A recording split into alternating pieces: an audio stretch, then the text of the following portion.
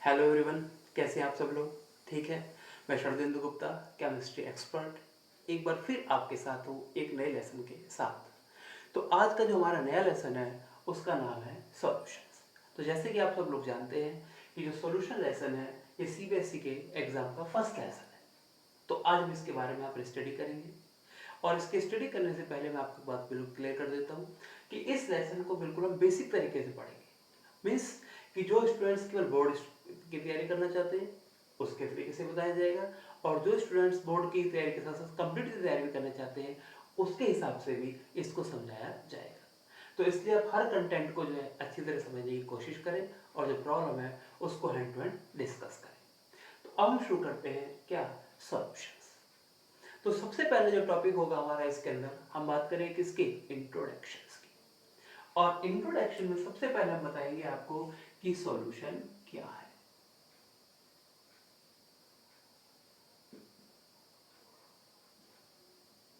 तो सबसे पहले अभी जब हम लेसन का नाम सॉल्यूशन है तो पहला क्वेश्चन ये है कि व्हाट इज सॉल्यूशन। तो जब सॉल्यूशंस की बात करते हैं तो दिमाग में एक सीधा सवाल आता है कि भाई दो या तीन चीज को मिक्स कर दो और मिक्स करने के बाद जो चीज मिलेगी वो क्या है, सॉल्यूशंस है। एक सीधी सी बात समझ में आती है।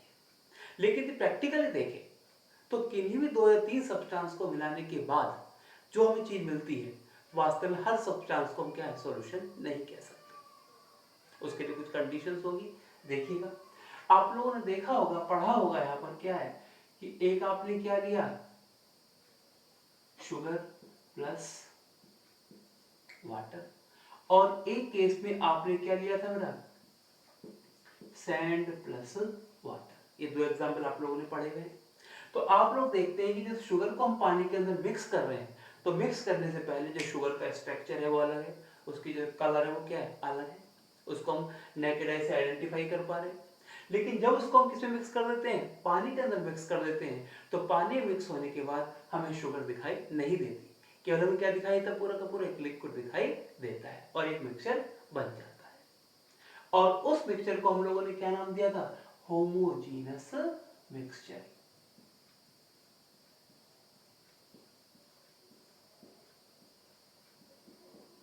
क्या नाम दिया था उसको हमने, होमोजीनस मिक्सचर। अब दूसरा केस देखते हैं कि हमारे पास क्या है, सैंड है, और सैंड को हम किसमें मिला रहे हैं, पानी में। तो जब हम सैंड को पानी में मिलाते हैं तो पहले तो ऐसा लगता है कि ये सैंड क्या है, पानी के अंदर डिसॉल्व हो रहा है। लेकिन थोड़ी देर बाद जब उसको हम रख देते हैं तो सैंड नीचे बैठ जाता है और पानी ऊपर। तो सब लोगों ने डेली लाइफ में एक्सपेरिमेंट देखा होगा, पढ़ा भी होगा, यानी कि जो दो सब्सटेंस हम मिक्स कर रहे हैं वो आपस में यूनिफॉर्मली मिक्स नहीं हो पा रहे, और नेकेड आई से दोनों कंपोनेंट हमें अलग अलग दिखाई दे रहे हैं। ये बात सबने ऑब्जर्व की है। और वहां पर उसमें क्या बताया गया था, इसको नाम दिया गया था हेट्रो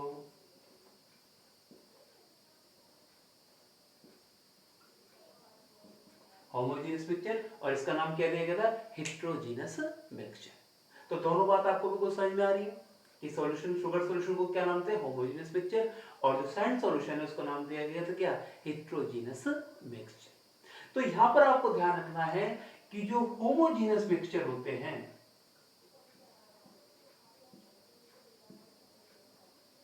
होमोजीनस मिक्सचर, उन्हीं को हम क्या बोलते हैं, दैट इज कॉल्ड सॉल्यूशन। और जो हेट्रोजीनियस मिक्सचर है उनको हम सॉल्यूशंस नहीं कहते। तो किसी भी टाइप का होमोजेनियस मिक्सचर होगा तो वो क्या कहलाएगा, सॉल्यूशंस कहलाता है। तो पहली बेसिक बात समझ में आ गई आपको, ये जो होमोजेनियस मिक्सचर है वो क्या कहलाते हैं, सॉल्यूशंस कहलाते हैं। तो होमोजेनियस मिक्सचर्स के बारे में आप लोग पहले थोड़ा पढ़ भी चुके हैं। और होमोजेनियस का मतलब क्या होता है, होमो का मतलब क्या होता है, एक जैसा, सेम। तो आप लोगों ने इस केस में देखा, जब शुगर को हमने पहले नहीं मिलाया तो उसका अलग था, लेकिन पानी के मिलाने के बाद क्या है, सारा सॉल्यूशन हमें लिक्विड फॉर्म में दिखाई दे रहा है, एक जैसा दिखाई दे रहा है। और दूसरी बात ध्यान हम यहां पर कह सकते हैं कि homogeneous mixture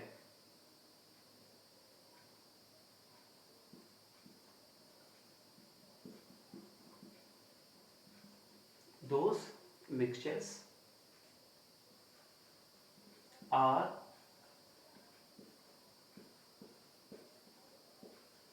homogeneous mixture, those mixtures are homogeneous mixture in which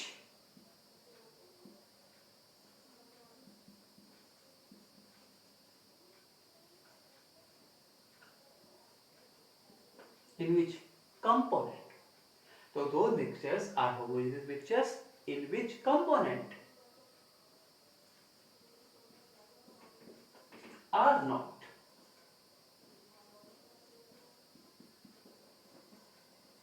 physically identified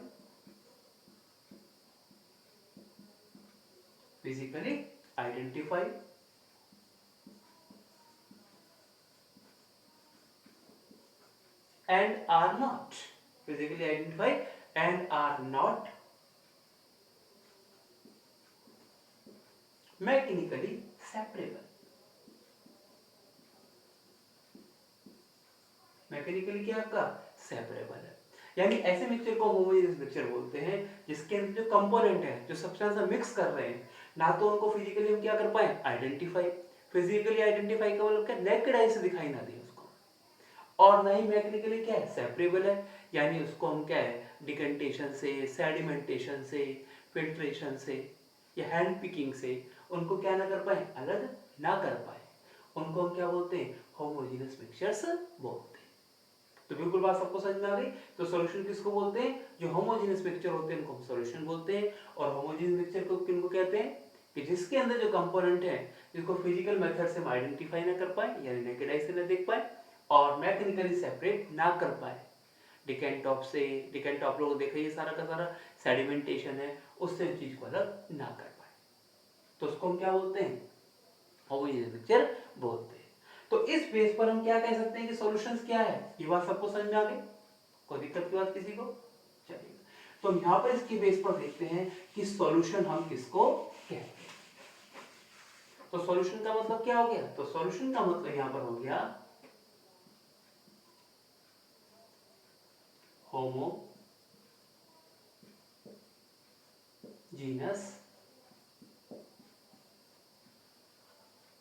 mixture, homogeneous mixture of two or more, homogeneous mixture of two or more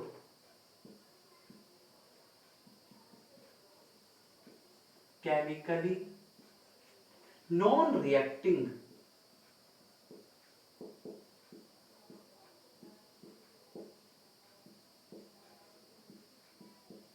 substances. Homogeneous mixture of two or more chemically non-reacting substances is called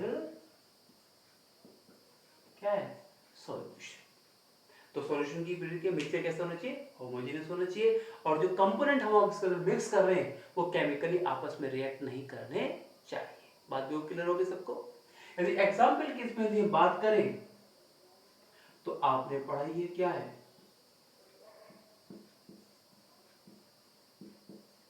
sugar solution है,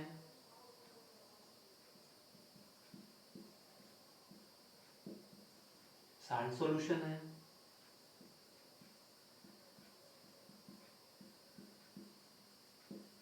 alcoholic solution है। तो आप लोगों ने देखा sugar का solution हमने देखा होमोजेनियस मिक्सचर बनता है, नमक को पानी बनाए तो क्या होता है होमोजेनियस मिक्सचर मिलता है, और अल्कोहल को पानी बनाए तो क्या बनता है होमोजेनियस मिक्सचर बनता है, और जितने भी होमोजेनियस मिक्सचर होते हैं उनको क्या बोलते हैं हम सॉल्यूशंस बोलते हैं। तो बात भी को सबको समझ में आ गई अच्छी तरह से, आगे बढ़ा जाए, ठीक है नोट के लिए बराबर इसको, हो गया ना, ठीक है।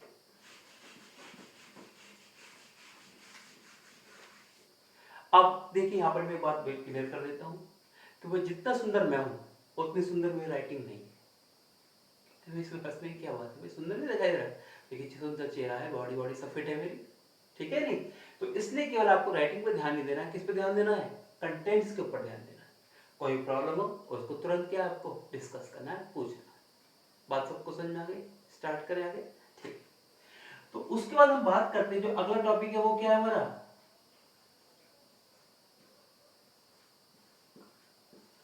कंपोनेंट ऑफ सॉल्यूशन, इसकी बात करते हैं कंपोनेंट ऑफ सॉल्यूशंस की हम यह बात करते हैं। अब कंपोनेंट का मतलब क्या है, जिन सब्सटेंसेस की हेल्प से क्या बनता है सॉल्यूशन बनता है, यानी दो substances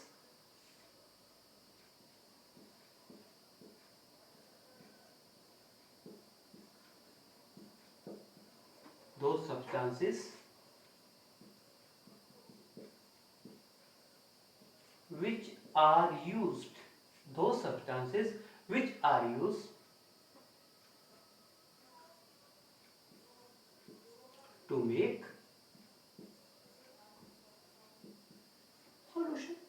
Those substances which are used to make क्या है solutions are called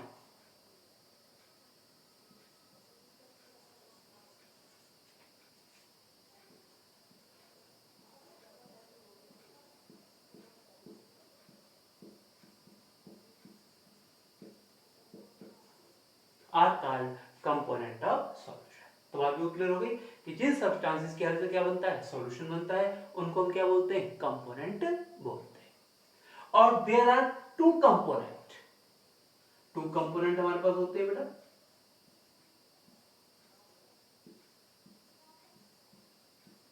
दो कंपोनेंट होते हैं। दो कंपोनेंट में से कौन कौन सा होता है, एक होता है कौन सा सॉल्यूट, ठीक है, और दूसरा कौन सा होता है सॉल्वेंट। कितने कंपोनेंट है, दो कंपोनेंट है सॉल्यूट एंड सॉल्वेंट। तो बात बिल्कुल सबको समझ में आ गई। एक कंपोनेंट का मतलब क्या है कि जिनकी हेल्प से क्या बनता है सॉल्यूशन बनता है उनको हम कंपोनेंट बोलते हैं। और कंपोनेंट हमारे पास कितने हैं दो, एक सॉल्यूट और एक सॉल्वेंट। कोई दिक्कत किसी को, चलेगा।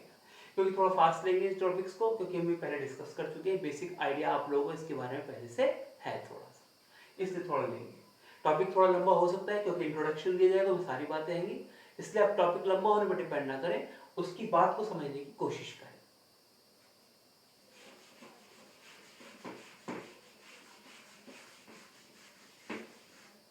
अब हम देखते हैं कि इन कंपोनेंट्स के बारे में। तो देखिए आप लोग के बारे में बात करते हैं किसकी, सॉल्यूट के बारे में बात करते हैं और किसके बारे में बात करते हैं सॉल्वेंट के बारे में बात करते हैं। तो पहले हम बोन की बात करेंगे, जो बेसिक्स बात आप लोगों को सब लोगों को देखकर क्या है मालूम है। यदि हम सॉल्यूट की बात करें तो आप क्या कहोगे sir, component present in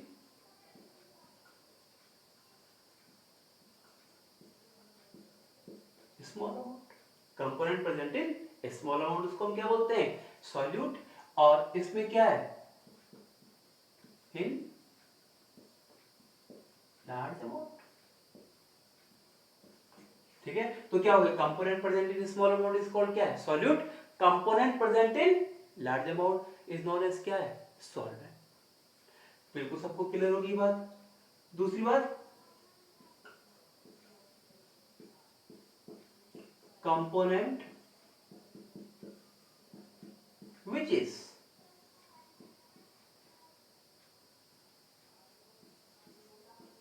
dissolved in solvent, the component which is dissolved in solvent उसको हम क्या बोलते हैं सॉल्यूट, जिसको हम डिसॉल्व करेंगे घोलेंगे। और दूसरी बात करें तो क्या है कंपोनेंट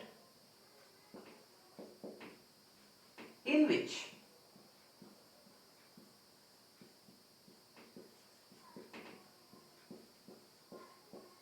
सॉल्यूट डिसॉल्व, यानी जिस कंपोनेंट के अंदर हम क्या करते हैं सॉल्यूट को डिसॉल्व करते हैं उसको हम क्या बोलते हैं सॉल्वेंट।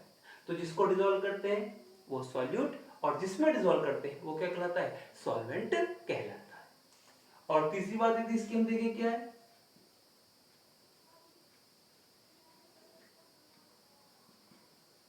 फिजिकल स्टेट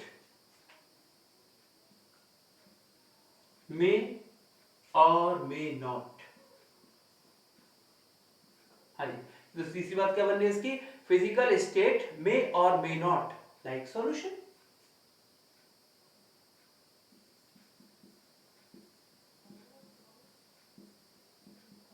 सॉल्यूशन यानी ऐसा कंपोनेंट जिसकी फिजिकल स्टेट सॉल्यूशन पर हो भी सकती है और नहीं भी हो सकती है उसको हम क्या बोलते हैं सॉल्यूट। और इसमें क्या बोलते हैं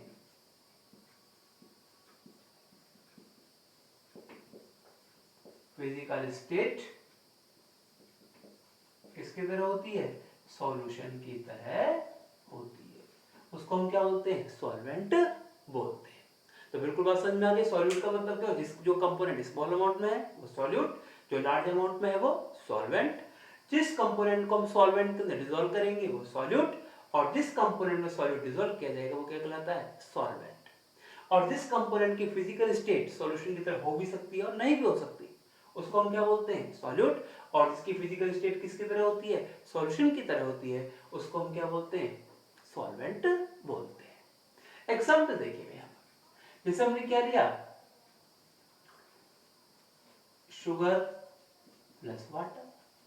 भाई हमें शुगर सॉल्यूशन बनाना है तो हमें क्या चाहिए, शुगर चाहिए और पानी चाहिए, यस नॉट। बिल्कुल क्लियर बात, सबने बनाया है, सबने देखा है चीज को। तो लेकिन हम देखेंगे जब शुगर सॉल्यूशन बनाएंगे तो पानी कितना लेंगे, कम से कम 1 गिलास, और उसके अंदर शुगर कितनी मिलाएंगे, 1 चम्मच 2 चम्मच अकॉर्डिंग टू टेस्ट। तो यस नॉट। तो इन दोनों में कौन ज्यादा लार्ज है, ये लार्ज अमाउंट में है, ये कैसा है आपका, स्मॉल है, और ये कैसा है, लार्ज। ये बात सबको समझ में आ गई। तो पहली बात समझ में आ गई, component present in small amount, तो ये स्मॉल अमाउंट में है, और कंपोनेंट प्रेजेंट इन क्या है, लार्ज अमाउंट है। तो ये क्या हो गया आपका सॉल्यूट, और ये क्या हो गया, सॉल्वेंट।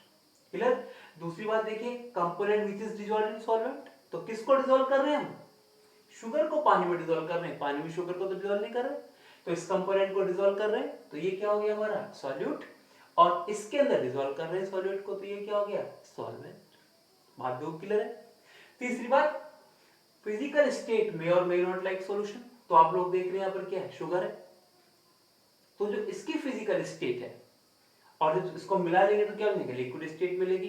तो इसकी फिजिकल स्टेट क्या है, सॉल्यूशन के बराबर नहीं है, तो इसलिए क्या है आपका सॉल्यूट हो जाएगा। और यहाँ पर ये क्या सॉल्वेंट कैसा है, पानी है, और जो सॉल्यूशन बनेगा वो भी कैसे मिलेगा, लिक्विड फॉर्म में मिलेगा। तो फिजिकल स्टेट इसके बराबर है, तो इसलिए इसको क्या बोलते हैं, सॉल्वेंट बोलते हैं।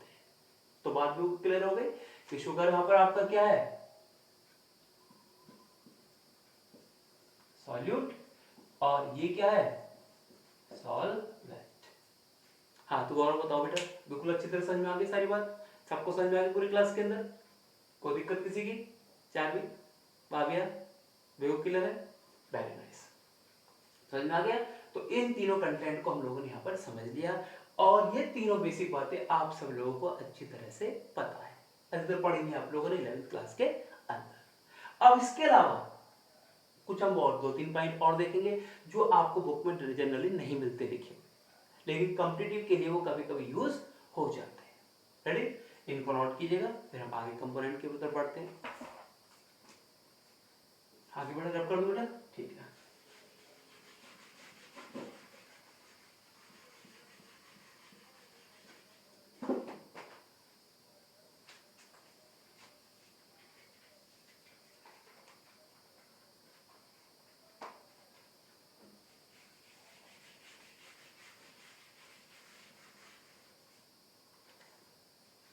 अब देखिए चौथी बात देखिए,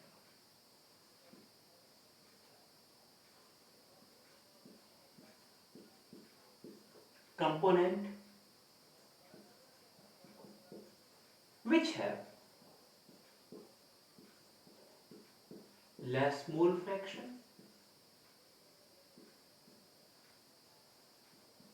जिस कंपोनेंट का मोल फ्रैक्शन क्या होता है, कम होता है, उसको क्या बोलते हैं हम लोग, सॉल्यूट। और component which have more mole fraction,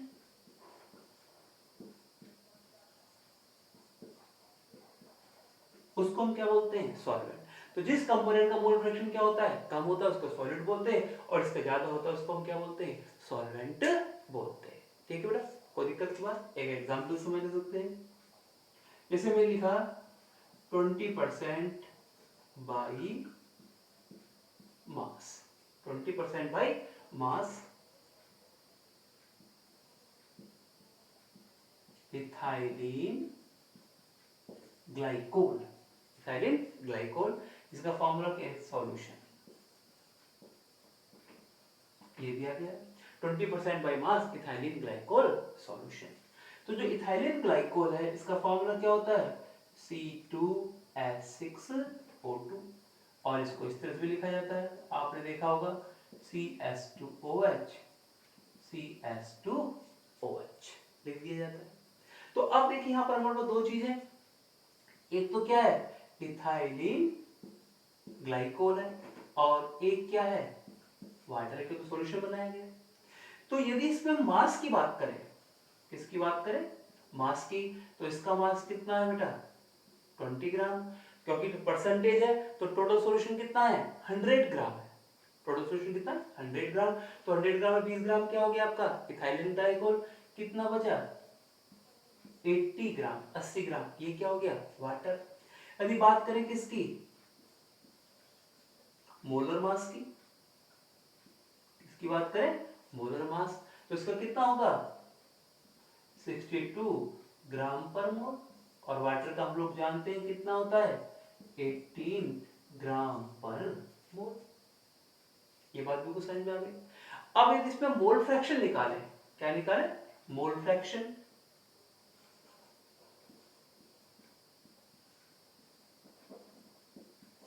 किसका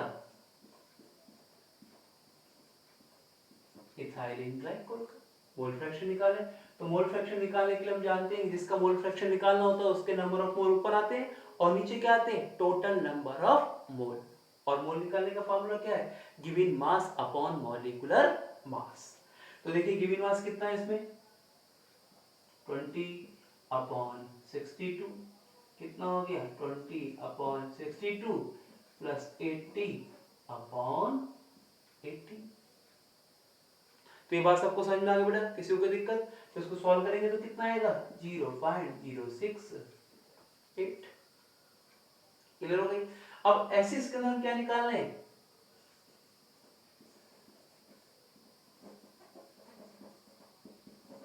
मोल फ्रैक्शन ऑफ वाटर, कितना हो जाएगा 1 माइनस 0.068, 1 में से इसको माइनस कर दें या इसी फार्मूले से इसको हम क्या करते हैं कैलकुलेट कर सकते हैं, तो कितना आ जाएगा 0.932, कितना आएगा 0.932। तो क्या हो गया ये लेस है और ये क्या है बेटा मोर, तो मोल फ्रैक्शन क्या है लेस है और ये क्या है मोर है, मोर है, इसलिए ये क्या हो जाएगा आपका दैट इज कॉल्ड क्या है सॉल्यूट, क्योंकि इसका मोल फ्रैक्शन कम है और इसका मोल फ्रैक्शन क्या है बेटा ज्यादा है, तो ये क्या हो गया सॉल्वेंट। तो बिल्कुल भाई ये कंपोनेंट अच्छी तरह समझ में आ गया बेटा कि जिस कंपोनेंट का मोल फ्रैक्शन क्या होता है कम होता है उसको हम क्या बोलते हैं सॉल्यूट, और जिस कंपोनेंट का मोल फ्रैक्शन ज्यादा होता है उसको क्या बोलते हैं सॉल्वेंट बोलते हैं। कोई दिक्कत की बात किसी को, अच्छी तरह समझ में आ गया एग्जांपल से, एक बार और देख लीजिएगा एग्जांपल को। तो हमने इथाइलिन ग्लाइकोल लिया, इसका मास कितना है 20 ग्राम, वाटर का 80 ग्राम, मोलर मास कितना है इसका 62 ग्राम पर मोल और इसका 18 ग्राम पर मोल। तो पहले हमने मोल फ्रैक्शन किसका निकाला इथाइलिन ग्लाइकोल का, कितना आ गया 0.068, फिर वाटर का निकाला कितना आ गया 0.932, तो इसका लेस है और वाटर का क्या है मोर है, लेस है तो ये क्या हो जाएगा आपका सॉल्यूट और मोर है तो क्या हो जाएगा ये सॉल्वेंट हो जाएगा। कोई दिक्कत की बात किस तरह से नहीं, वेरी गुड।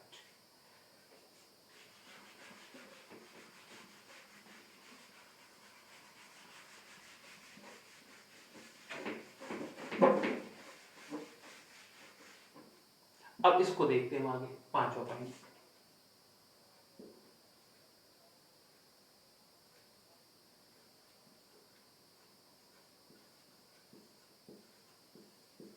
कंपोनेंट हैव क्या बेटा हाई मोलर मास,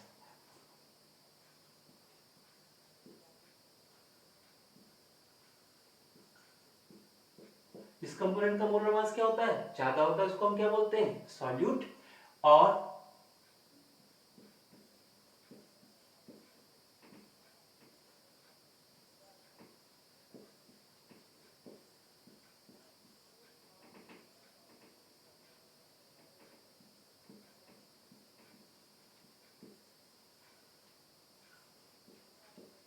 कंपोनेंट है क्या, लेस मोलर मास। जिस कंपोनेंट का मोलर मास क्या होता है, कम होता है, उसको हम क्या बोलते हैं, सॉल्वेंट।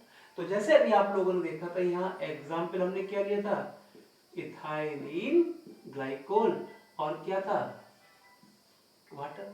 तो इसका मोलर मास कितना था, 62 ग्राम पर मोल, और इसका कितना था, 18 ग्राम पर मोल। तो इसका मोलर मास क्या है, ज्यादा, तो ये क्या हो गया, सॉल्यूट। और इसका मोलर मास क्या है, कम, तो ये क्या हो गया, सॉल्वेंट। तो इसका मोलर मास कम ज्यादा है तो ये सॉल्यूट, और इसका मोलर मास क्या है, कम है, उसको हम क्या बोलते हैं, सॉल्वेंट बोलते हैं। नोट कर लीजिएगा अच्छी तरह से बेटा, समझना की बात बेटा बिल्कुल अच्छी तरह से। हाँ, ये बुक में नहीं पढ़ा होगा पहले आप लोगों ने, हाँ वेरी गुड, ठीक है, नोट कर लीजिए।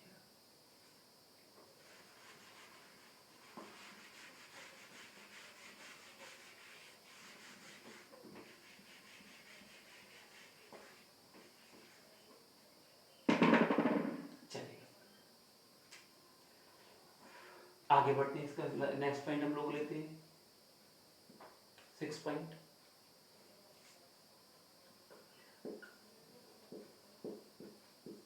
कंपोनेंट हुज, अब देखिए जब हम क्या करते हैं, जब सॉल्यूशन बनाते हैं तो क्या होता है, कंपोनेंट की फिजिकल स्टेट क्या हो जाती है, चेंज हो जाती है। तो ये इसमें क्या था, component which change it's, component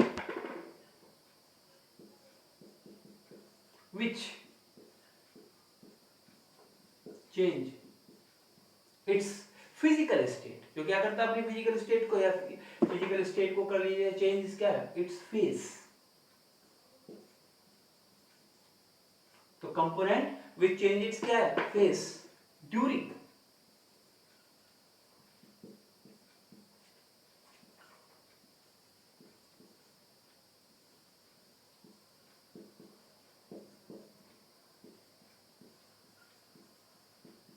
during preparation of solution.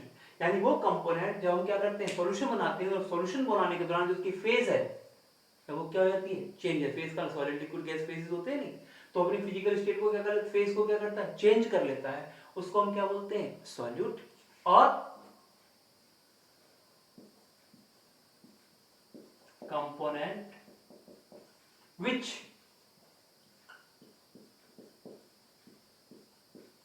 Change it's phase, component which do not change its phase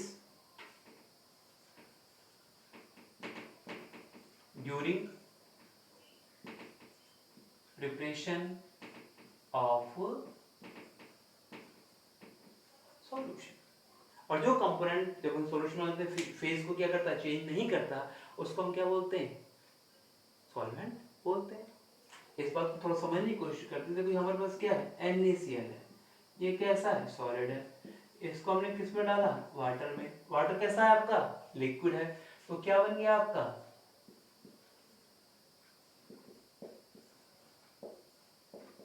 salt solution. इसको हम क्या बोल देते हैं, ब्राइन भी बोल देते हैं, ठीक है, बन गया नहीं। और ये कैसा होता है आपका, लिक्विड। तो आप देख रहे हैं कि यहाँ पर इसकी फेस क्या हो रही है, चेंज हो रही है, फेस क्या हो गया इसकी, चेंज। तो ये तो कैसा हो गया आपका, सॉल्यूट, और इसकी फेस चेंज नहीं हो रही है, तो ये कैसा है आपका, सॉल्वेंट। क्या बताइए, सॉल्वेंट। इसको हम ब्राइन सॉल्यूशन बोल देते हैं। तो समझ में आ गया कि जो कंपोनेंट सॉल्यूशन बनाने के दौरान अपनी फेस को चेंज करेगा वो क्या है, सॉल्यूट, और जो अपनी फेस को चेंज नहीं करेगा वो क्या कहलाता है, सॉल्वेंट कहलाता है। तो बात भी को समझ में आ गई, स्मॉल अमाउंट में है, डिसॉल्व होता है, और फिजिकल स्टेट सॉल्वेंट की सॉल्यूशन की तरह हो भी सकती है, नहीं भी हो सकती है। मोल फ्रैक्शंस कम होता है, मोलर मास ज़्यादा होता है, फिजिकल स्टेट को चेंज कर लेता है, फेस को चेंज कर लेता है, उसको हम क्या बोलते हैं, सॉल्यूट बोल देते हैं। कंपोनेंट जो लार्ज अमाउंट में है, जिसमें सॉल्यूट को डिसॉल्व करते हैं, जिसकी फिजिकल स्टेट सॉल्यूशन की तरह है, मोल फ्रैक्शन ज़्यादा होता है, मोलर मास कम होता है, और फेस को चेंज नहीं करता है ड्यूरिंग प्रिपरेशन ऑफ सॉल्यूशन, उसको क्या बोलते हैं, सॉल्वेंट बोलते हैं। तो मैं उम्मीद करता हूँ कि आप सब लोगों को ये बात बिल्कुल अच्छी तरह से समझ में आ गई होगी। तो इसको एक बार पढ़िएगा तो बात सबको बिल्कुल अच्छी तरह समझ में आ जाएगी। इधर क्लियर? चलिए आगे बढ़ते हैं। अब देखिए यहाँ पर जो मेन बात निकल कर आई वो क्या निकल कर आई उसको थोड़ा आपको देखना। मेन बात, ठीक है, तो मेन बात में भी हम यहां पर देखें तो एक तो ये बात हमारी हो ही गई कि सॉल्यूशन इज इक्वल टू क्या है, सॉल्यूट प्लस सॉल्वेंट, ये दूसरी बात हो गई। और जो इसमें दूसरी यदि हम बात की बात करते हैं तो इस सॉल्यूशन,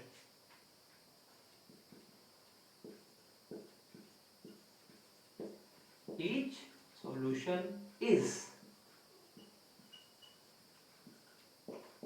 made up of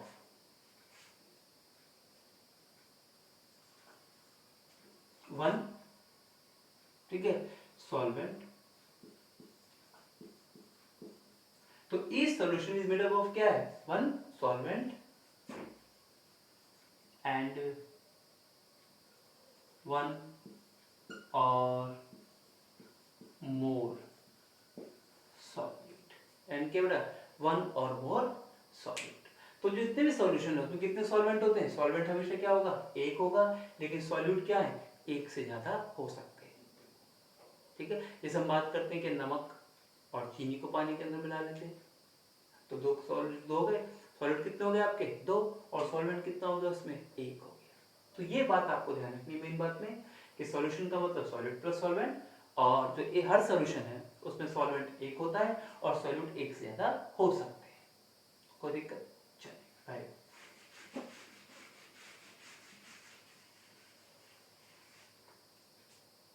अब हम बात करेंगे अगले टॉपिक की तरफ, थोड़ा फास्ट मूव कर रहे हैं, टाइप ऑफ सॉल्यूशन। किसकी बात करेंगे हम, टाइप ऑफ सॉल्यूशन।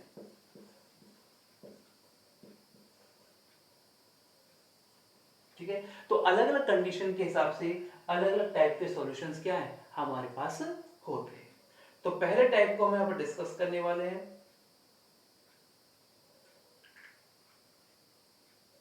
तो पहला टाइप हम यहां पर लेके चल रहे हैं, क्या है बेटा, ये फर्स्ट टाइप की हम बात करें तो फर्स्ट टाइप है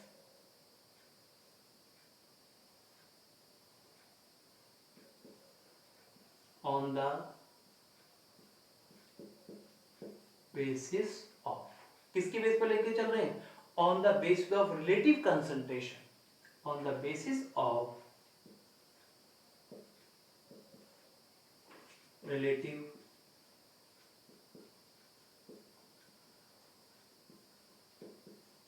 on the basis of relative concentration of solute and solvent.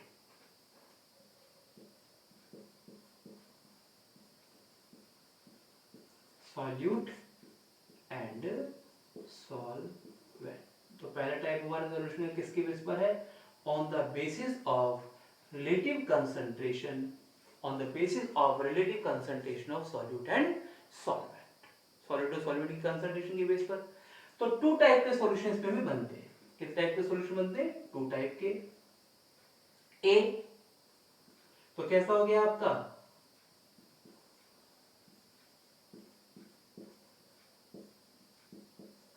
Dilute solution, और जो है बी उसको हम क्या बोलते हैं, कंसंट्रेटेड सॉल्यूशन। इस टाइप का सॉल्यूशन बोलते हैं उसको कंसंट्रेटेड सॉल्यूशन। तो सॉल्यूट और सॉल्वेंट की कंसंट्रेशन के डिफरेंस के बेस के ऊपर क्या है, दो टाइप के सॉल्यूशन हमारे क्या है पॉसिबल है, एक डाइल्यूट सॉल्यूशन और एक क्या कहलाता है बेटा इसके अंदर, कंसंट्रेटेड सॉल्यूशंस कहलाता है। तो देखिएगा, तो देखिए यदि आप कभी लैब में गए हो तो वहां पर आप लोगों ने देखा होगा लैब में इस तरह से लिखा होता है, बोतल रखी हुई होती है डिल HCl और कॉन्क HCl, देखा है कभी, गए थे लैब में, यस, तो आप देखा होगा लैब में लिखा हुआ आपने। तो डिल का फुल फॉर्म क्या है, डाइल्यूटेड, और कॉन्क का मतलब क्या है, दैट इज कंसंट्रेटेड, ठीक है। तो डाइल्यूट का मतलब क्या है, डिल का मतलब डाइल्यूट, और कॉन्क का मतलब क्या है, कंसंट्रेटेड। तो यदि हम सिंपली आपकी बात करें तो देखिए कंसंट्रेटेड का मतलब होता है प्योर सब्सटेंस, जैसा लैब से निकल कर आया है, यानी जैसा इंडस्ट्री से, फैक्ट्री से निकल कर आया है, एकदम बन कर आया है, उसको हम क्या बोलते हैं? Concentrated solution. और बाद में लैब में आने के बाद इसको हम क्या मिला लेते हैं? पानी मिला लेते हैं अलग अलग कंसंट्रेशन में सॉल्यूशन बनाने के लिए, तो वो क्या कहलाता है? डाइल्यूट सॉल्यूशन कहलाता है।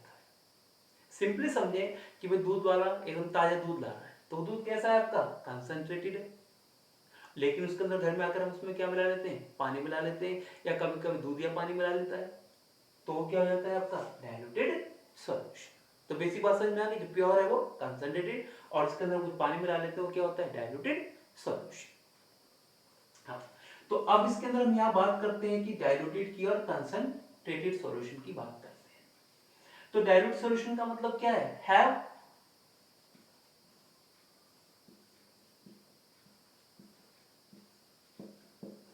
लेस अमाउंट ऑफ सॉल्यूट, जिसमें सॉल्यूट का अमाउंट क्या होगा? कम होगा, वो डाइल्यूटेड होता चला जाएगा। और इसमें क्या है मोर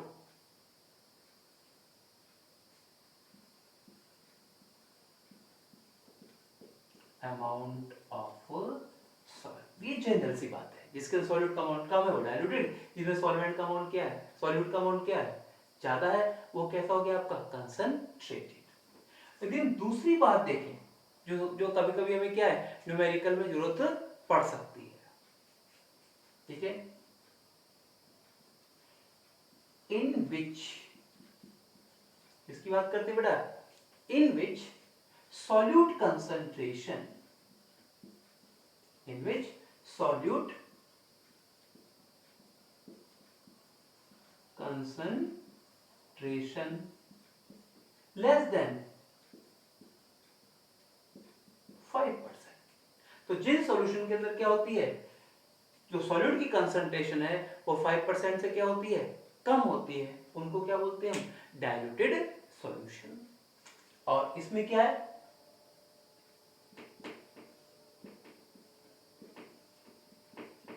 इन विच सॉल्यूट कंसंट्रेशन, इनमें क्या होती है बेटा? इनमें solute concentration is more than और इक्वल 5%, उनको क्या बोलते हैं? Concentrated solution. तो बात बिल्कुल समझ में आ गई। यदि सिंपल कहें, जिसमें सॉल्यूट का अमाउंट कम है वो डाइल्यूट, जिसमें सॉल्यूट का अमाउंट क्या है? ज्यादा, वो कैसा है आपका? कंसंट्रेटेड। और एक्सपेरिमेंटली बात देखें तो जिसके अंदर सॉल्यूट का अमाउंट क्या है? 5% से कम है, वो डाइल्यूटेड, और जिसमें सॉल्यूट का अमाउंट 5% के बराबर है, उससे ज्यादा है, उसको हम क्या बोलते हैं? कंसंट्रेटेड सॉल्यूशन बोलते हैं।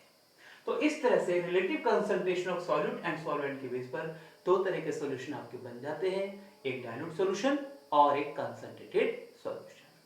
क्लियर हो गया बात सबको बेटा? नोट हो गया सबका? ठीक है, good.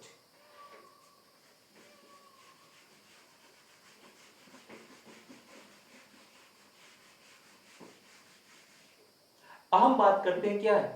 On the basis of second type.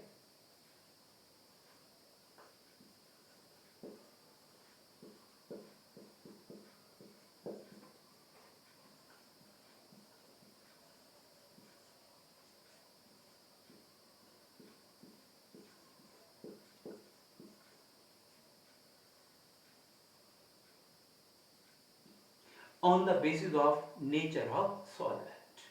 तो दो तरह के सॉल्यूशन बनते हैं, ए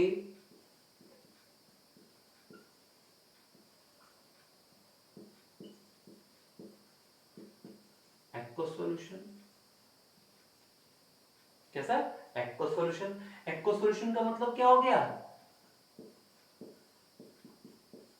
इन विच water act as solvent। ठीक है, दो solution in which water act as क्या है? सॉल्वेंट, उनको हम क्या बोल देते हैं? एक्वस सॉल्यूशन बोल देते हैं। कि जिन सॉल्यूशन के अंदर वाटर किसका काम कर रहा है बेटा? सॉल्वेंट का काम कर रहा है, उनको हम क्या बोल देते हैं? एक्वस सॉल्यूशन बोल देते हैं। जैसे एग्जांपल की बात करें तो क्या हो गया?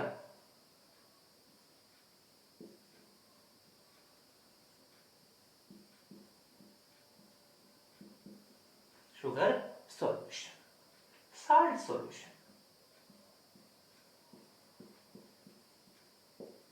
तो दोनों सॉल्यूशन के अंदर सॉल्वेंट कौन है? पानी है, तो क्या कहलाते हैं? Aqueous solution. दूसरे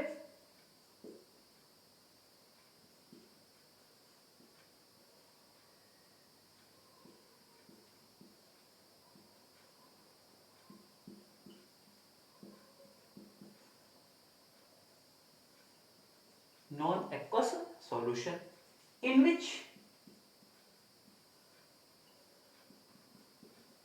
in which water do not act as solvent, in which water do not act as solvent, but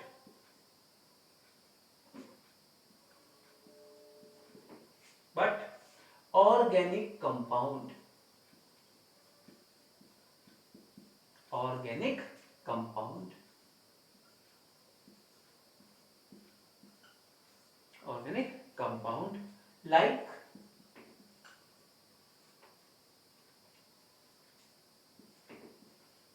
benzene, like क्या है? बेंजीन है, ईथर है,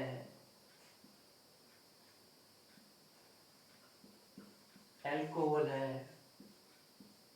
CS2 है, CCl4 है। ठीक है, तो in which water do not act as solvent but organic compound like benzene, ether, alcohol etc act as solvent. किस तरह काम करते हैं? सॉल्वेंट की तरह काम करते हैं, उनको हम क्या बोलते हैं? Non aqueous solution. तो ये सबको समझ में आ गया बड़ा अच्छी तरह से।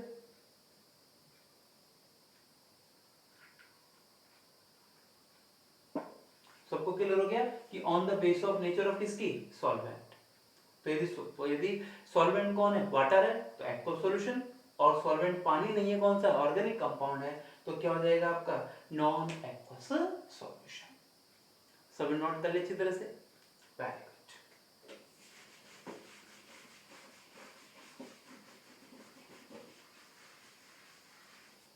और इसकी जो लास्ट टाइप है, फोर्थ टाइप है, ठीक है, तो कितनी बात हो गई इसकी? ऑन द बेस ऑफ, पहला कौन सा बेस हो गया? कंसंट्रेशन की बेस पर हो गया, relative concentration of solid and solvent. दूसरा किसके बेस पर हो गया था आपका बेटा? ये ऑन द बेस ऑफ क्या है? एक्वस सॉल्यूशन और डाइल्यूटेड सॉल्यूशन हो गया।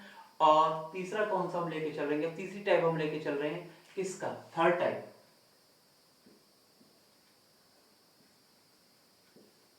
On the basis of number of component, किसके बेस पर लेके चल रहे हैं? On the basis of number of component. तो अब इसमें हम लिखते हैं क्या है? सबसे पहले यहां पर हम लोग लिखते हैं क्या है? Type of solution, number of component और एग्जाम्पल। तो पहले टाइप ऑफ सॉल्यूशन की बात करें, क्या लिख लिया इसमें हमने? Binary solution, trinary,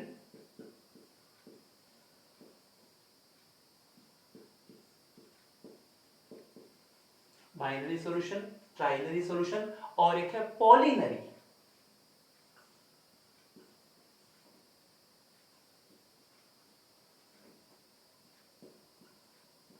पॉलिनरी solution. तो इसके अंदर कितने कंपोनेंट हैं? दो, वो आपका क्या कहलाएगा? बाइनरी। इसमें कितने कंपोनेंट हैं? तीन, उसको क्या करेंगे बेटा? ट्राइनरी। और कितने कंपोनेंट हैं? More than three. इसके अंदर तीन से ज्यादा कंपोनेंट है, उसको क्या बोलते हैं? पॉलिनरी सॉल्यूशन। अब इसकी बात करते हैं तो क्या हो गया? Example, NaCl plus water, HCl plus water, sugar plus water, सबके अंदर दो दो कंपोनेंट है, सॉल्यूशन कैसा हो गया ये, बाइनरी सॉल्यूशन। इसके लिए बात करें NaCl प्लस शुगर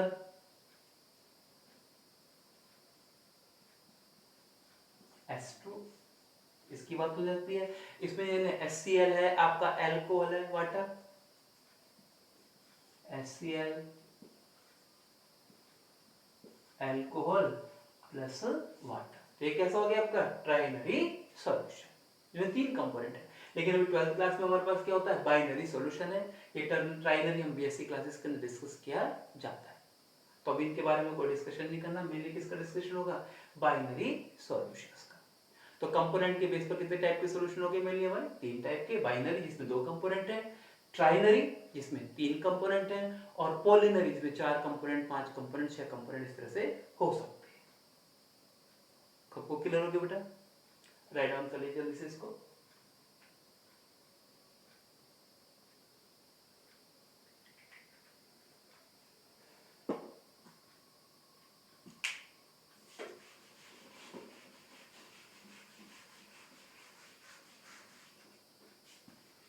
और हम बात करेंगे लास्ट टाइप की, फोर्थ,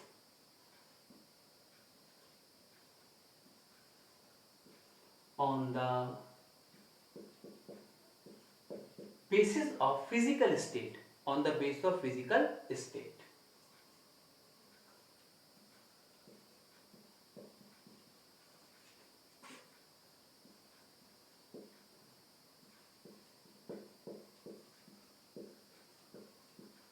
and solvent,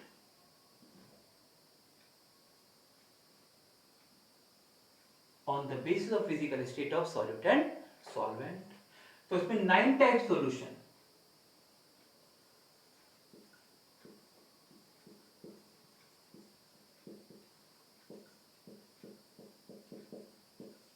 पॉसिबल है।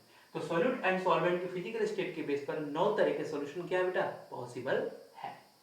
तो देखिए हम इसको एक टेबल की फॉर्म में यहां देखते हैं। तो यहां पर हम बना लेते हैं, क्या है, टाइप ऑफ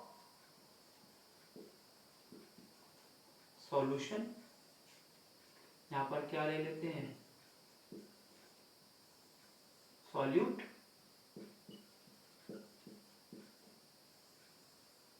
सॉल्वेंट, एग्जाम्पल। यहां पर क्या ले सकते हैं इसका, सॉल्यूट, सॉल्वेंट और एग्जाम्पल हम लोग यहां पर फॉलो कर सकते हैं। अब एक टेबल बनाइए फटाफट इसकी।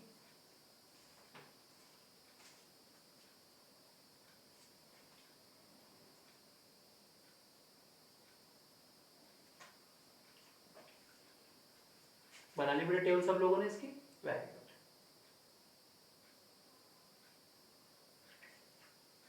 तो अब देखिएगा, सबसे पहले हम यहाँ पर इसको क्या बनाते हैं, सबसे पहले इसमें हम लेके चल रहे हैं सॉलिड सॉल्यूशन।